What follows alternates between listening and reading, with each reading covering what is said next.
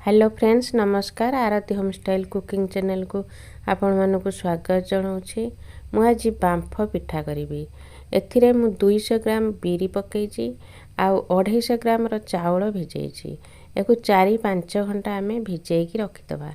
एही पिठारे तेल पड़िबनी खाइबा सोडा भी पकईबिनी किंतु बहुत स्वादिष्ट लागिवो आ नरम भी लागिवो आ देह पई भी बहुत उपकारी। 5 घंटा हबो भिजेइथिली बीरी भिजी गलानी। एथर आमे चिकन करिकी बाटी दबा। अल्प पानी दबा बेसी पानी आण करिवेनी। एथर बीरी चाउल बाटी साइलेनी आमे आण को बाहर रखिदबा। 7 ରୁ 8 घंटा रखिबा फ्रिज रे रखिबानी। मु संध्याळे बाटी थिली सकाळे करिवि। आण हमर भल भावे फुली जाइछि। एथर स्वाद अनुसार लूण पकेइबा आ 5 ରୁ 6 मिनिट एमिति आमे ताकू भल भावे गोळेई दबा। यह आहुरी भी हल्का हो जिवो। भल भावे आण गोळेई साइलेनी। एथिरे आपण जदि शीघ्र करबा को चाहथुए ताहाले टिके खाइबा सोडा पकेई देबे आण फुली जिवो। मु एठी चीनी पकेइछि आपण निज स्वाद अनुसार चीनी नेबे। चीनी को आमे एथर भल भावे फेंटी दबा।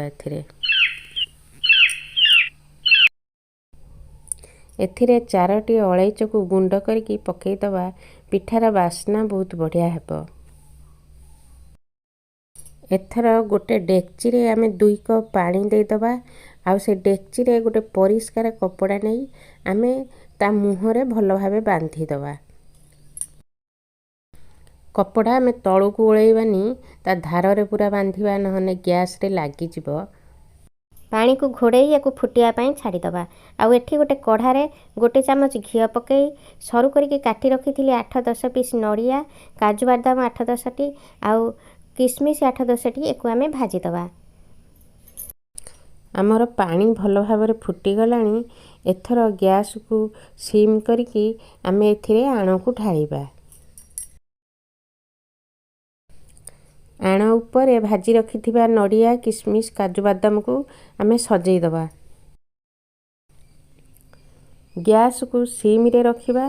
पिठा हमर 15 ରୁ 20 मिनिट भितर हे जिवो। 20 मिनिट हे गलानी। आमे एथर पिठा को खोली की देखिबा। देखंतु हमर पिठा भी हे गलानी आ केते सुंदर फुलीछि। आपण मानकू जदि मो वीडियोटी भल लागे आपण माने निश्चित लाइक शेयर आ सब्सक्राइब करिवे। वीडियोटी को प्रथम रु शेष जाए देखिथिबारु आपण मानक बहुत बहुत धन्यवाद।